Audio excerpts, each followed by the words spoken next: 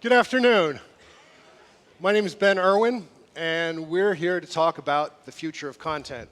Now, that video is called "He Wasn't Ready for the Hologram," but are you? So, humanity has been producing content for over 35,000 years, and the oldest known example of volumetric content, and the easiest way to understand what a hologram is and what volumetric is a statue. It's a sculpture made of light. And this is the Venus of Hull Fells from 35,000 years ago. And 1 year ago, model Ashley Graham, in a New York Times app, using volumetric video, was the latest example of volumetric content. So one of the ways that we know that we're onto something new is that the lingo hasn't really been settled yet. Now, everybody's heard of virtual reality and augmented reality and mixed reality, and that's what we're using as the catch-all phrase for XR. And so there are going to be other terms that you might not have heard of, such as virtual production and the new depth sensing cameras are actually recording depth as data. And what that is it's a new medium. And we don't get a new medium very often. So we had sculptures 35,000 years ago, but it's only been 200 years since the invention of photography. And a little while after that, sound, color, motion pictures with sound, color, CGI. Even the web is a medium. And now, we're recording depth as data. And that is opening a whole new possibility. So what you saw there, that is an experience like you get inside of the VR goggles that you wear if you put on a HoloLens or a Magic Leap, and you see the depth represented as a light sculpture. So the next phase of content is representing depth. And over the next decade, what is going to happen is all of these technologies that you're learning about here today are all integrated. They're all part of the XR pipeline because you need super fast connectivity like 5G and USB 4 to be able to transport that data. AI will annotate the data. It will recognize the language in it. And quantum computing, when it actually gets here, will take this resource-hungry new technology and allow us to process it a lot faster. And so the Internet of Things will provide devices that will, such as depth sensors, that will record and capture this, and then it will send it to low latency edge networks. So I'm throwing a lot of terms out here that you may not be familiar with. You may have gotten familiar with them from the slides that are showing on the screen there. So for example, the edge network, low latency, what is that? An edge network is a local network to you in your neighborhood, and it takes less time for the data to transport there. And the annotation process that happens can happen super fast, and then it can send it on to the cloud. So what this conference is all about is opportunity. And if you're a content person, then this is a new medium, the likes of which we haven't seen in a generation. And so the opportunity of being able to create volumetric content, and the popular tools to do that are gaming engines such as Unity and Unreal Engine. And that's what the virtual production is. So we're here to talk about the future of content. And I'm going to introduce our panel now. Adaora Udoji, please come on up.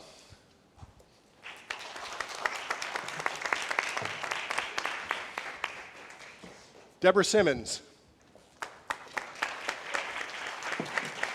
And Dr. John Pavlik.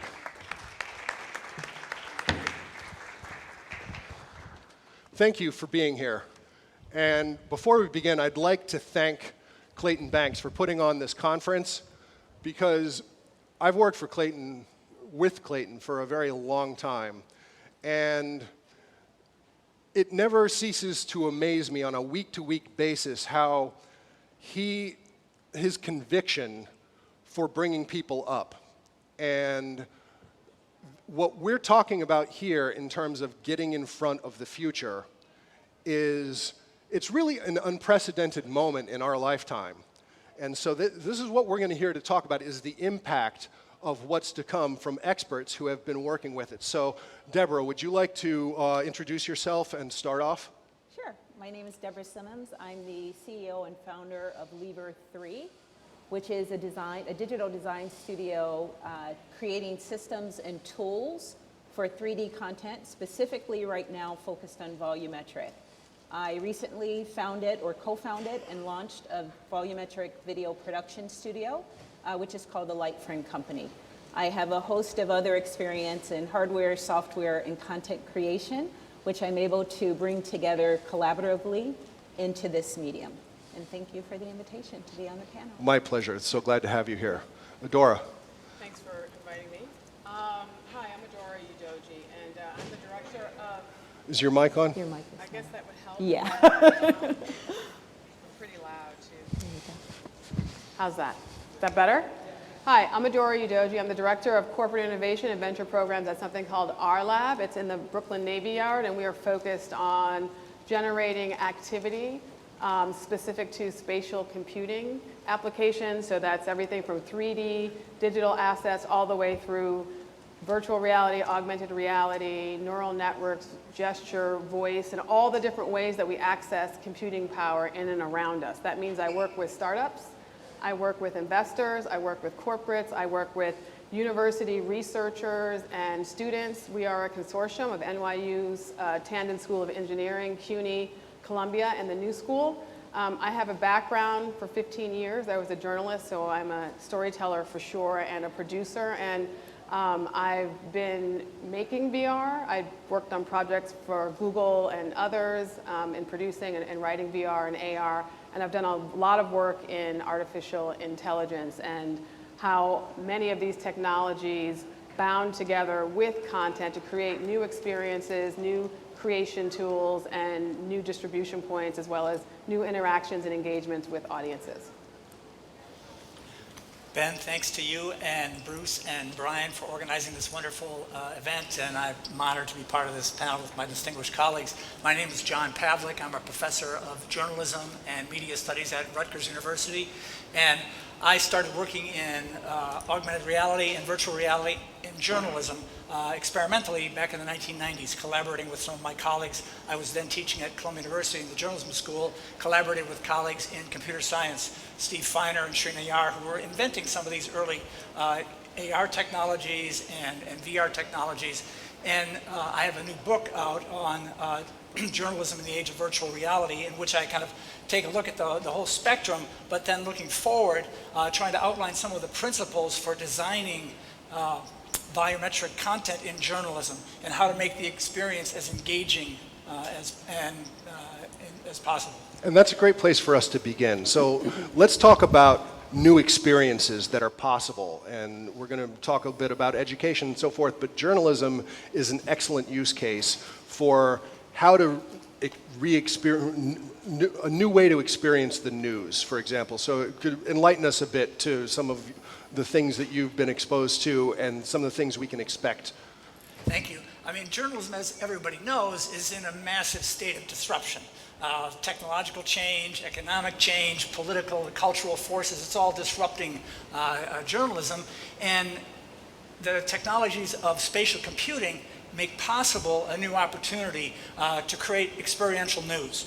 So instead of journalism in which the audience is passive, receiving, watching, listening, instead in spatial computing applications to journalism, we can create stories in which the user becomes a participant, a virtual witness to an event, or a participant shaping things and influencing pathways and exploring and discovering. So it's a way to, I think, really transform the journalism to, especially for Gen Z, you know, people who grew up with their mobile platforms and their wearable platforms, you know, going with a printed product, you know, that's not what they do really. And if we create content that they can experience digitally and that is optimized for that is immersive, I think that's the most important thing. And that's where the spatial computing, I think, plays a critical role, is to create environments that are really immersive and fully interactive.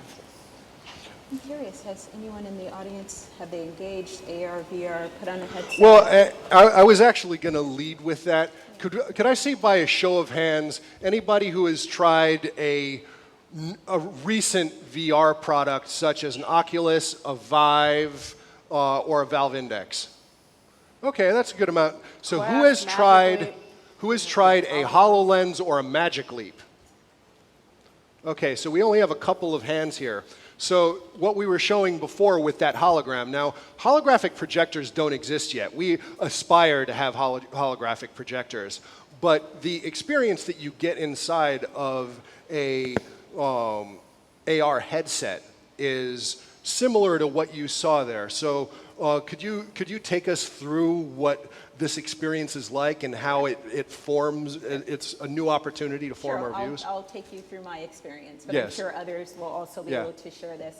Imagine putting on your headset, and it comes back to what you said, and I love what Adaora was saying. It's really about storytelling, right? It's really about immersing yourself in that content, in that story. I was actually playing a little bit before I fully put on my headset. I left out of this room out of one exit, but I decided to come into another, right? And I started thinking volumetric content, right? It's 3D, it's spatial. You can decide from which perspective at any time in the video which perspective you'd like to engage, right? So just like we're in this room and it's a three-dimensional experience, putting on that headset, I'm now immersed in that story, right? I'm not a passive looker, I'm actually a participant. And depending on what that story is doing and unfolding around me and how I'm invited to engage, which is why we love immersive content, the ability to engage, right? Once you're more engaged, you're more emotionally invested. Once you're more emotionally invested, you're actually open and receptive to retaining the information that's being provided to you, right? And depending on what the actual solution is for, whether it's for training or education or entertainment, my experience of it is much richer because I'm in the center of it. I'm not on the outside of it.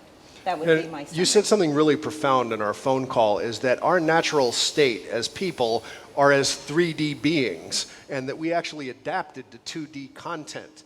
And so Adaora, could you pick it up from there and take us into your world and what you're doing with Spatial? I think it's worth pulling back for a second, because there's really three different ways that we're experiencing digital transformation relative to computing power, and that is mobile, right? And then we do it through our computers, and then we can do it potentially through, we can access things through a VR headset and or an AR headset. And those are all very different things, but what they really boil down to is exactly what we've been talking about, which is now we have this ability to create three-dimensional objects. So versus looking at a cartoon that is just 2D and flat, you can look at people, places, and things in the dimensions that they exist in. When you think about your phone, your smartphone in your pocket right now, many of you probably have some kind of application, be it Instagram or Snap, where you have the ability to place something digitally created on top of something real, like a picture, right? And that's sort of like the primitive version of like AR, because you're augmenting what's actually real.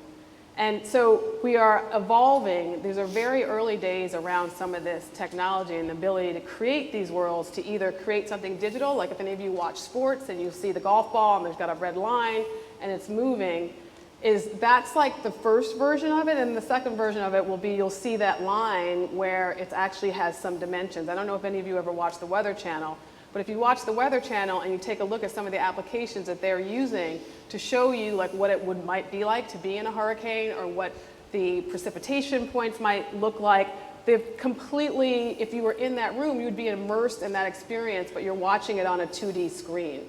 So we're creating these we're augmenting reality with these digital components that we're creating, and now we're creating different types of hardware where we can engage in it in different ways. And so that content from journalism all the way through to training and/or to media and entertainment, we are trying to understand what those applications might be. And so when I say early days, when I look at this technology, if you presume that you liken it to a human being's average age of 78 years old, we're probably at about 2 years old right now, maybe 1.5, not even 2 years old, and trying to understand like what are the best use cases and how do we optimize what this technology looks like. So in my world, I'm dealing with a lot of companies and individuals, creatives, filmmakers, from filmmakers to manufacturers. I mean, I was in a meeting this morning with a Fortune 100 company who's got dozens and dozens of manufacturing compounds all over the world, and they're looking at some of this volumetric and augmented reality applications to optimize for their factory workflows. And everyone is trying to understand, like, what is this new technology? How does it work? How might I apply it to the things that I'm doing every single day? But I just don't want to, I guess, and I'll wrap now, I talk a lot, as you can see, is that I think what's important here is that when we throw out a lot of terms, spatial and, and virtual, and we got language problems around, and I think, Ben mentioned this. It's important to realize that so many of you are already engaging with some elements of this in some material way. It's something you can understand. For those of us who are not technology, I'm never going to be a coder. I don't want to be one, actually. But tech literacy is real, and I think that there's a lot of value in those of us who don't know how to code, understanding like what some of these evolutions look like so that you can apply it in the world that you live in and work in every day. And that's a key point, is that there's more than one entry point into this new technological revolution. And another important thing that you mentioned is that a lot of people can relate to augmented reality by recent successes of it, such as Pokemon Go and Snapchat, and putting cute little ears and sparkly things over 2D pictures, though. But it's a very different thing when you grasp the ability to have depth. And there's a term called 6 degrees of freedom, where you can actually move in and around an environment. And so from the entertainment part of it, John, like, how can we greater enrich ourselves and like our learning process, and how can we edify humanity through these new tools? Well, I think there are a couple of ways. One is, and just first point out how when you think of 360 videos or 360 photos, that really gives us 3 degrees of freedom. We can look about in any direction. But when we add those additional 3 degrees of freedom and can move about, you create a fully immersive experience. And then the user can begin to interact in that environment. And I imagine a story that might be, say, a crime or criminal justice story, where you can investigate the crime scene yourself. And you can evaluate the evidence. And in the introduction today, Clayton mentioned how important facts are and how it's a contested thing these days. Well, I think you would create a form of journalism where we could let people really investigate the facts much more thoroughly in that environment. And then the second thing I would add is that this is really a multi-sensory environment. It isn't only about the visual. Sometimes we think that it's all about seeing in 3D, but it's also about hearing in 3D and creating spatial sound, but then also, and I saw this in one of your earlier slides, creating a haptic environment. Yes. Because there, if you don't have 3D, how can you have haptics? You have to be able to have the physical dimensions to interact with it physically, to touch it. Haptics are touch feedback, sensory feedback that actually give you a little bit of a zap so that you can feel things as a result of the experience that you're having. Or manipulate. You don't have to necessarily feel it. Yes. You have the ability to move it. So really it's about being able to track your arms and legs in this environment that's now been created. And I think some of you may have seen this week, Android released a gesture component to their phones. So you can just wipe the top of it. That would be one of those interfaces that we're talking about. And it's now available. So this is something that's actually in the market like right now today. Deborah? What would you like? Okay. Well, let's explore more education. Yeah, and actually, as I'm sitting listening, because we're immersed in this, and many of you have had experiences. I want to step back and ask the question: how beneficial is this? Is this a fad? Is this something that really has the ability to impact our lives in a greater way, right? Okay. So I was just thinking, and we talked a little bit about this on the telephone, when film came out, it was black and white, right? And it was fantastic. It was silent in black and white. And then at some point, we got sound, and that enhanced the experience of storytelling. And then at some point, we got color. I mean, can you imagine today being in a film and not having the ability to see it in color or black and white or not have sound? Here, because of spatial computing and other evolutions of technology, we're now able to create stories in a more immersive way, which comes back to what we were speaking about on the phone. This is how we operate as human beings. We operate in 3D spaces. I said, imagine you were a cutout. You're just a cutout, or you're cut out, and we're trying to engage with you.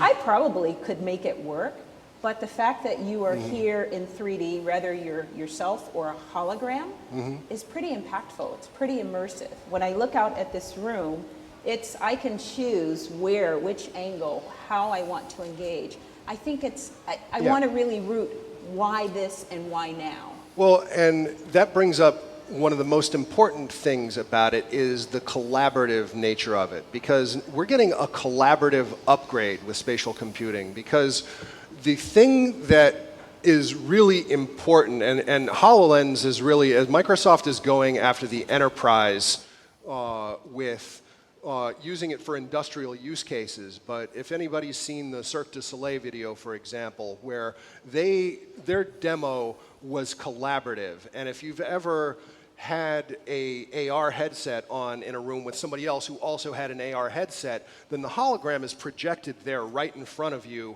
and you're each observing a static object that is a 3D hologram from different perspectives, and you can send it commands, and you can change it and have that whole interactive part that you were talking about, Adaora.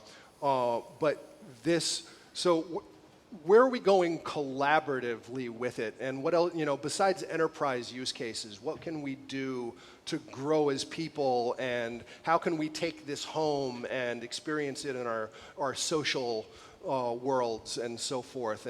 And social worlds is probably a very good place to take this conversation, because that is going to be the next upgrade to social media as well.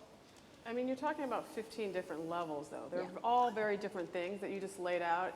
In terms of mixed reality, the infrastructure is not there yet. I mean, there are applications. One of the companies that we have, startups, is a Swiss company, and our accelerator right now has one of the most frictionless platforms in mixed reality that I've ever seen. But there aren't a lot of people who are creating those platforms where you could have multiple people who are participating. In terms of social, like in virtual reality, there are a number of platforms, but they're not necessarily frictionless and very easy to access unless you have the hardware and the software and some base knowledge around how to engage. So we can do some of these things, but we need to learn how to do them a lot better. So it's not as if you're actually sitting at home and you can engage materially very easily or quickly. I mean, there are some interesting apps that are being developed or that are coming down the pike where you can log in some particular way, whether it be your avatar or whether it be audio. You talked about audio, which is a really huge deal. Spatial sound, 4K sound, ambisonic sound, all of these ways that we're experiencing. Bose has dropped a lot of really interesting hardware. I mean, I don't know if any of you have seen the Bose glasses, but they also have a whole line of products, some of which are coming out later, like this year or early next year. Some of them are for industrial uses. But one small comment just about the content. It's about storytelling, but it's also about just base informing and engagement. For example, some of the most compelling things that I've seen like in the last couple of weeks, and I've been in this space now many years, and I've seen a lot, is the fact that there are many medical schools who are actually gotten rid of using cadavers for first-year students. And they've built out these 3D anatomy curriculum as well as virtual simulation curriculum. And one of the things that I didn't know that I've come to learn is to this idea of medical students spend a lot of time and energy their first year learning in 2D and then applying it in 3D. And so one of the reasons why some of the early testing shows the efficacy of these virtual components, modules, is just that. You're using less brain power now to learn about the body in the way that the body actually exists. And so that's a radically different, I mean, they've been using cadavers for thousands of years. And they're going to continue, obviously, for many reasons, but they're changing and shifting in the way they're thinking about how they're educating, and a lot of that has to do with High-stakes engagement, education. too. Like we've Very had high stakes. simulators for people who fly multi-million-dollar planes for a long time. Yeah. But when you're talking about surgery and microsurgery and all of these, so yes, John. So it's one simple example to illustrate some of the potential. We did a project last year with the Jacques Cousteau Research Reserve. Jacques Cousteau was a famous oceanographer and storyteller, and Rutgers administers one of the research reserves. It's Jacques Cousteau Reserve near Tuckerton, New Jersey, on the Atlantic seaboard. And we had a grant to create some augmented reality for the visitor. So a lot of school kids go there. So they could bring their phone, go to the actual installation. So in a physical place, we gave them augmented content, which they could experience then as a group, but individually. And then they, at the end, after finding the 10 hidden AR objects that are all about energy efficiency, it was about climate change and teaching kids to be more climate aware and efficient, they would pledge with their friends to be more energy efficient in their personal life. So this was just a simple example, but how it could be applied even today through mobile phones. Mm-hmm. Well, Adaora, you were saying a couple of times how early it is. Mm-hmm. And I've often made the analogy it's like the 90s, in terms of web video. It existed, it was slow, it wasn't something that everybody had, but it existed. And so this exists now, but there are massive investments going on by the biggest players in the industry, and it's going to take time, and it's going to take involvement, evolution, and it's going to take, we need the hardware to build the content for it, and we need the content to justify the hardware. So let's talk about the pipeline for a second and how all of these other technologies are there. So how do we build this XR pipeline to sort of accelerate the adoption of this new medium? Debra, you want to start with that? Well, I have two thoughts, because whenever I hear adoption, I think of, one, the consumer side, but I also think of the enterprise side. Mm-hmm. For volumetric, at least, and AR, VR, we're seeing the enterprise side adopt it in obviously high level. But I really think that for it to really take off, that there's got to be some consumer adoption. Mm-hmm. And in order for that to happen, I believe the tools, whether it's a mobile phone or it's some form of glasses or headwear, we've got to get the tools in the hands of the consumer. And you mean for the experience or to build it? Well, not to build, the experience. Yeah. And the experience has to be relevant, right? Mm-hmm. So I think about, and I always go back to my thoughts around video conferencing.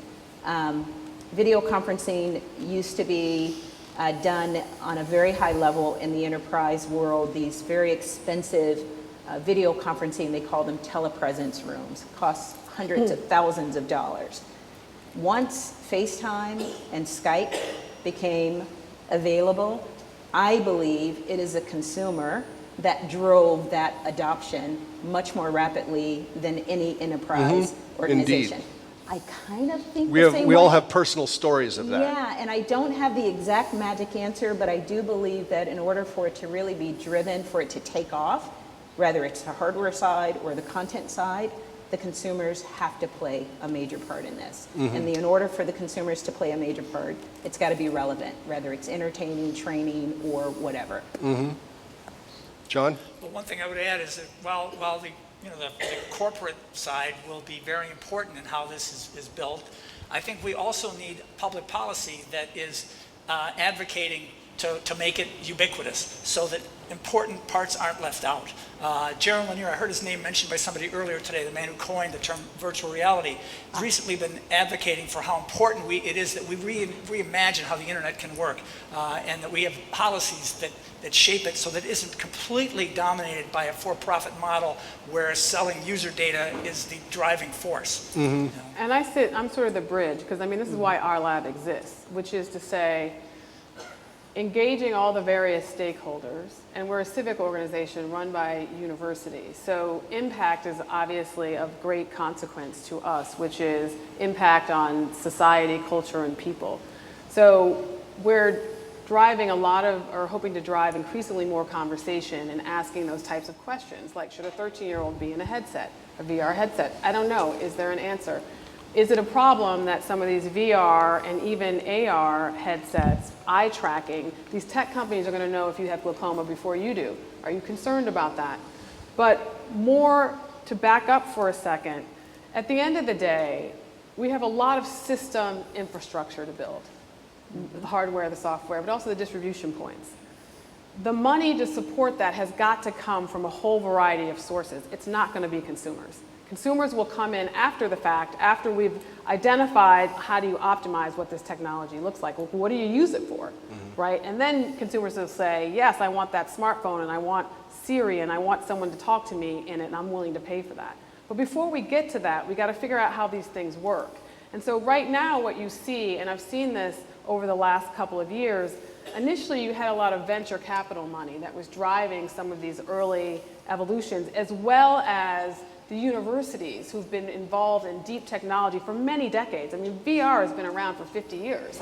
AI has been around in research laboratories, artificial intelligence, for many, many years. We're just starting to see the commercialization of it, like right now and today, in the last couple of years.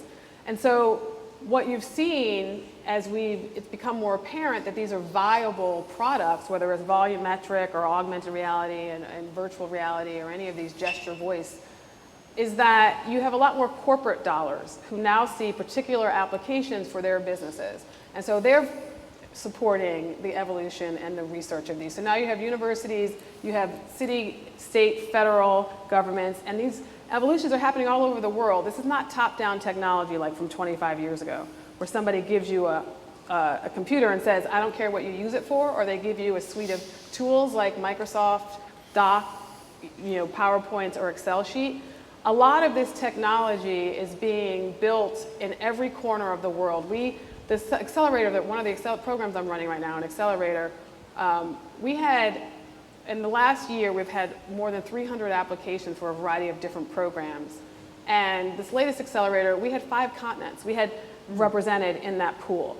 You have evolutions of this happening in the Middle East and Africa and Europe and Asia, in North America. So there's a lot happening all over the world as we really build out like what this hardware and what this software is going to look like. And a lot of that is just more likely to come from and be driven by corporate interests and university and government interests who are looking ahead. I mean, our lab was created like in the sort of in the wake of social media, say 10 years ago. They're looking down the road 10 years and like, where are the new jobs going to be coming from? And so out of this type of technology, we believe that there's going to be a lot of jobs and people need to build skills and we need to do some experimenting. In the same way that 10 years ago, who needed a social media team? Not a lot of people, right? Facebook was 4 years old and you didn't have a lot of social media application, but it was abundantly clear, or at least some could argue, that there was going to be a real impact. People knew that it would be a thing. Yes. But the impact of it as it is a social nature. So you covered a lot of this in your book, John. So take us through this dimension, the human dimension of it, and how we can sort of use this tool in a positive way.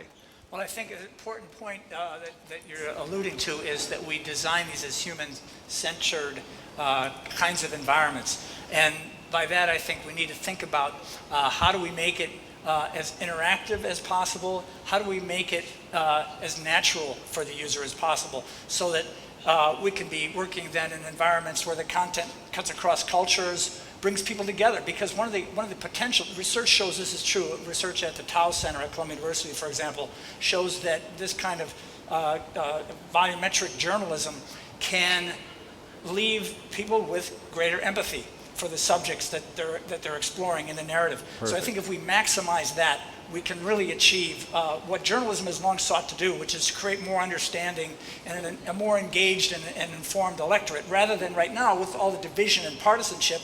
This has the opportunity to bridge that divide. Mm-hmm. And one of the things we also talked about is retention. Like, you want to talk a little bit about the retention aspect of it? I think you actually hit on that a little bit earlier too.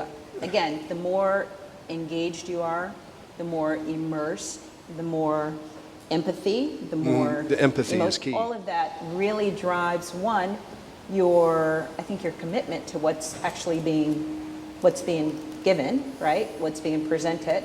And it has been shown in terms of research that those who use more immersive media for training and education have a higher retention rate in what is being taught to them. I mean, how many people have taken a training class you've had to take for work on your computer, and you may or may not really be engaged with what's there, you're just trying to get through it, or you walk away, you come back. How many people have had that kind of thing? Imagine, actually, and myself included, imagine yourself being in a training class where it is absolutely more immersive. You actually engage as if you are sitting in the room with your trainer. Learn by doing.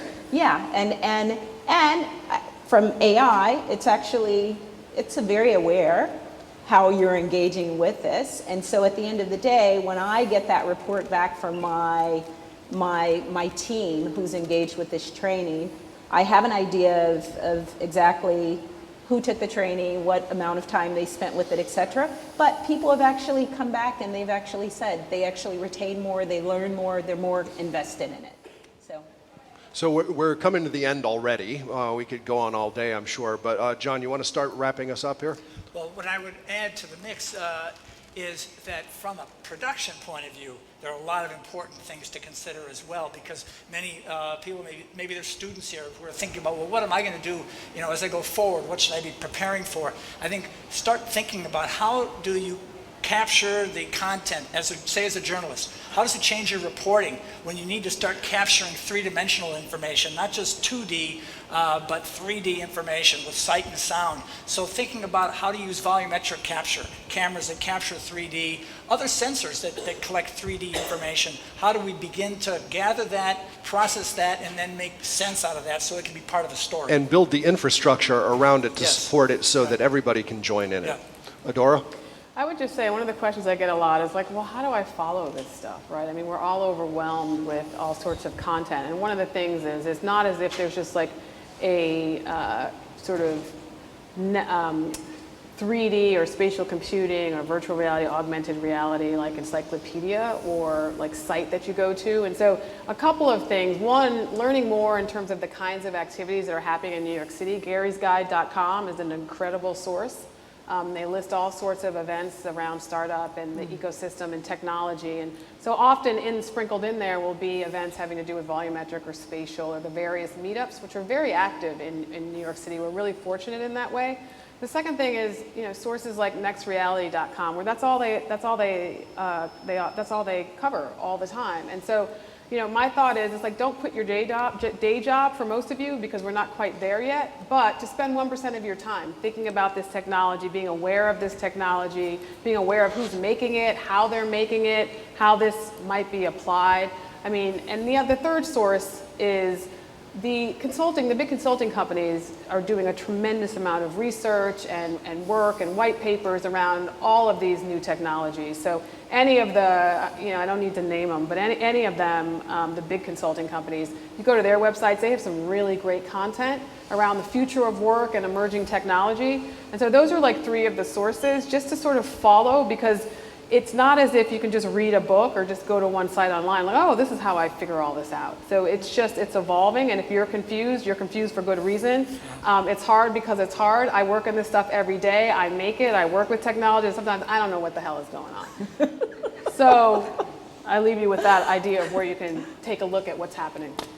Deborah? And then I'll just leave a question for you, and it kind of dovetails on what you're saying. I would just say, as you're learning about this and researching and thinking about it, ask yourself, how would this new medium, this new form of engaging, impact the way you live, work, and play? And really be very clear of how it might impact those areas of your life, and then go for it. Indeed. And that's what this is about. It's early. Don't quit your day job yet, but do be aware.